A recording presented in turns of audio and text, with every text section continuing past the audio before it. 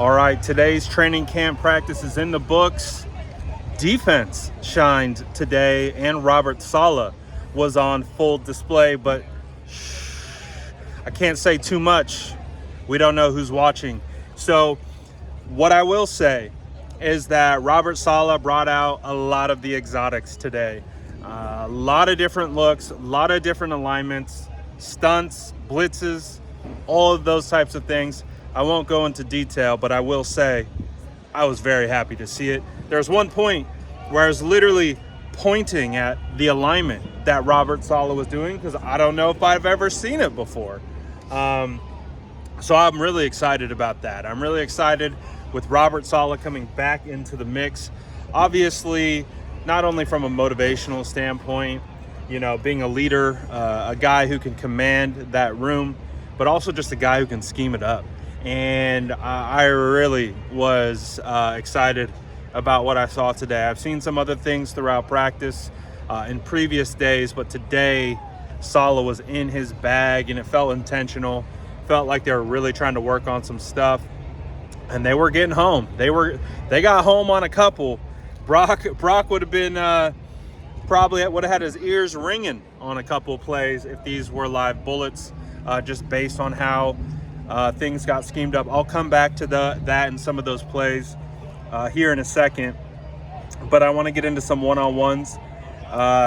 Some of the best one-on-ones continue to be Ricky Pearsall versus Upton Stout. Upton Stout is turning into probably one of the best defensive players in camp right now. Today was like he's been consistently stacking days all throughout training camp, but today he went crazy. Yesterday was a great matchup between Ricky Pearsall, Upton Stout. That rolled into today. Both one-on-one reps, so it was a red zone one-on-one period. So they were working within, a short area, more press man, things like that. And it was Upton versus Ricky on both reps. Upton won both of them. First rep, Ricky was trying to kind of stem it outside and then break it back to the inside. But when he went to go break it back, Upton was right there, and Ricky just hit the ground, whether he lost his footing or what have you. But Stout was right there in coverage. And then you had another one where Ricky tried to angle towards the back corner pylon, and Stout was he was right there. There was nowhere to put the ball, nowhere to get it by him. And it was pretty awesome from those two. And obviously that continued into team period as well, but those one-on-ones were pretty awesome. Some other one-on-ones that stood out, Russell Gage had a really nice rep against Trey Brown. It was called PI, but he was able to snag it with one hand, so there's a lot of contact. Gage has, again, been an impressive player throughout training camp. Junior Bergen had a really nice rep in one-on-ones where he put Canteen on the turf. It was like they were working towards the back of the end zone, and Bergen just snapped it off, and Canteen hit the turf as a result. I don't think he was expecting it. One of the bigger risers, I think, of the UDFA class is defensive back Jacob Robinson. Jacob Robinson had a great rep where he blanketed Robbie Chosen, who obviously has been on the roster for 2 days now, but just absolutely had him clamped up. Again, it was towards the back right corner, really nowhere to go with the football, and he was right there for the PBU. It was a really nice one. Hodgins also beat Brown in one-on-ones. Dallas Flowers beat DeMarcus Robinson by jamming him on the line. Dallas Flowers and Jacob Robinson are some risers here in training camp. I would say that Dallas Flowers has a real shot to start, whereas Jacob Robinson's just trying to make the roster. But both of those guys have been making plays all throughout training camp. They both made plays in team period as well, which I will get to. I did see one really good rep. Again, the offensive line were so far away. I just decided to focus on wide receivers and DBs. But I did get this one rep of Ben Barch versus Alfred Collins. Ben Barch absolutely put Collins into the turf. Beautiful pancake. It was really nice to see. But I will say Alfred Collins did come back with 2 good reps. One that he got a win on, and then he had another solid rep against Nugent. It was a hard vantage point, so I couldn't really see if it was a clear win, but he definitely pushed Nugent back, had a nice rip move to reposition towards the inside. Felt like it was a win, but again, it's hard to call it a clear win. So it was nice to see Collins make some plays as well. But let's get into some of the team period stuff.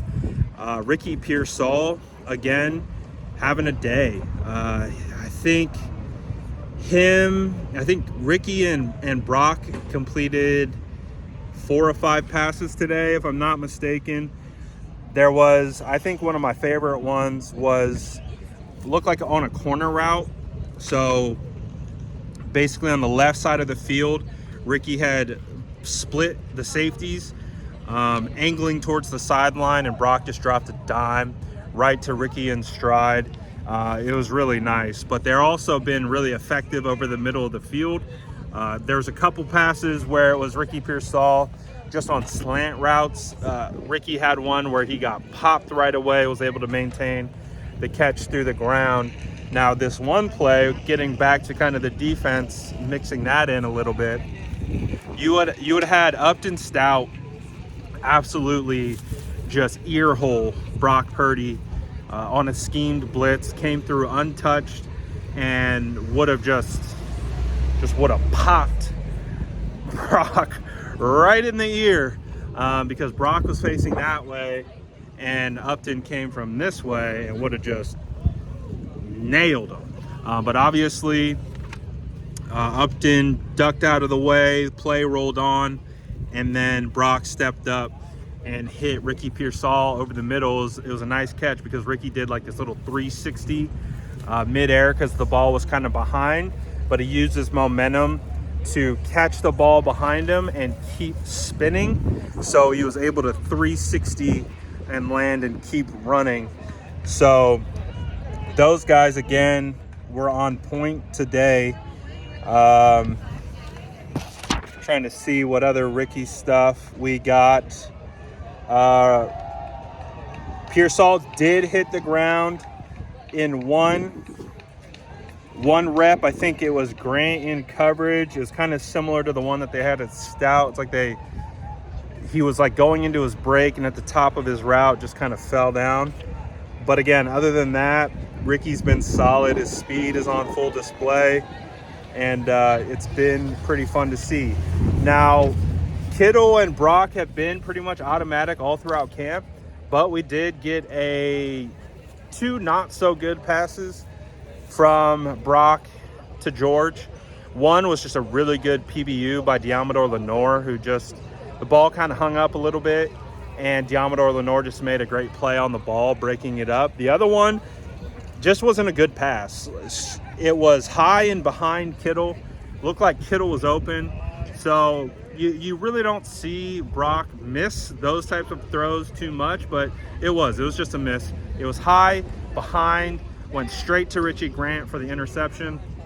And that's just one of those throws where you just chalk it up to not being a good pass. But again, Brock was able to come back and also hit George Kittle in the back of the end zone for a touchdown. George Kittle split the safeties going from right to left, and this was kind of in move the ball red zone period, and Brock just put it right on him. Nice catch, nice throw, easy 6 points for those guys. Those guys' rapport is still there. Before I get fully into the defensive stuff, Jordan Watkins probably had his best day of camp, the most involved I have seen him. I think his best play was a rep against Jacob Robinson against the left sideline. Robinson had a flag thrown, so it was pass interference. and Watkins was able to disengage, high point the ball against the left sideline. It was really nice. Definitely a better day for Watkins than other days for sure. Watkins also got a win versus Chase Lucas in one-on-ones as well. Trying to see what other offensive stuff. Mac had a nice completion to Junior Bergen. Again, Mac Jones and Braden Willis have a good rapport. Mac Jones finds Braden Willis every day in team period. You know, haven't seen a whole lot of Luke Farrell. Saw some Dwelly stuff. But overall, it looks like Braden Willis is like the tight end one of the second team, basically. Let's see, what other offensive highlights? All right, I want to get to some of the defensive stuff because, again, as I mentioned, Upton Stout balling. He had a play where I thought it was going to be a walk-in touchdown. CMC running down the seam, looked like he was wide open. Good pass. Brock Purdy put it right there in the breadbasket, all out of nowhere, like Upton Stout trailing. Puts his hand in between the middle of CMC's hand, breaks up the pass. I'm like, oh, wow. That was one of the best PBUs of all of training camp because I thought it was touchdown. That's 6 right there. And Upton Stout said, no, not today, sir. Not today, sir. I'm going to break this pass up, and that's exactly what he did. It was a really, really pretty PBU. But again, Upton Stout continues to fly around the ball very often. Demo and Fred Warner both had some nice run stops today. Jalen Graham has been a guy who's been flashing for me. That's been running with the second and third groups. They've been doing well. Jacob Robinson had a really nice PBU on Aquinius St. Brown.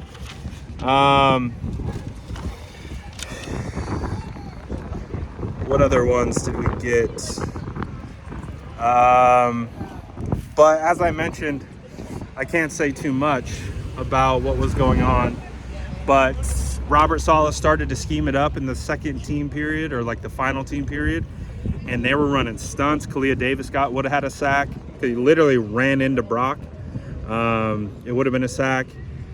They were doing some exotic stuff, and again, I don't want to say too much, but it was really exciting to see, and it was just like, all right, this gets me really excited about you guys know I'm an offensive guy. I got my O-line mastermind shirt. I'm an offensive guy, but today I was really excited about the defense, their alignments, their personnel groupings. Again, I don't want to go too much into detail on that, but their personnel groupings, I'm like, what are we doing here? This is crazy. I've never seen the 49ers run this. What are we doing? But I loved it. I'm just, Robert Beal would have had a sack. You know, the guys, they were getting after it. Again, Dallas Flowers, to me, is proven to be a guy who can do it in the run game, who can do it in coverage. I don't know. Dallas Flowers might be starting for the 49ers at one point this year. You know, I would assume that when Renato Green gets healthy, I believe Flowers is making this roster. I believe you're gonna see a lot of Upton Stout. You're gonna see a lot of Diamador Lenore, Renato Green, and Dallas Flowers. I think those are gonna be your top 4 cornerbacks. At least it's been that way through training camp. So I'm pretty excited to see how that's all going to play out.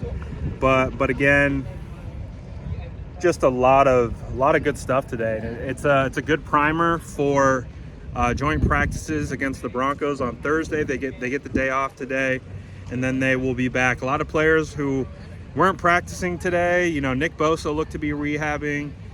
You saw Jacob Cowing, you saw Garendo, you saw Renardo, you saw Kyle Juszczyk, Dillard. I mean, there's the long list today of rehabbing players, but nonetheless, still a competitive day of practice.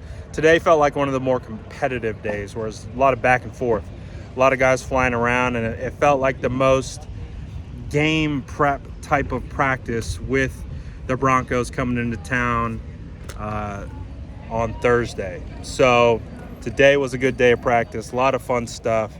And but let me know what you guys think about this in the comments below. And as always, make sure to like and subscribe for more updates.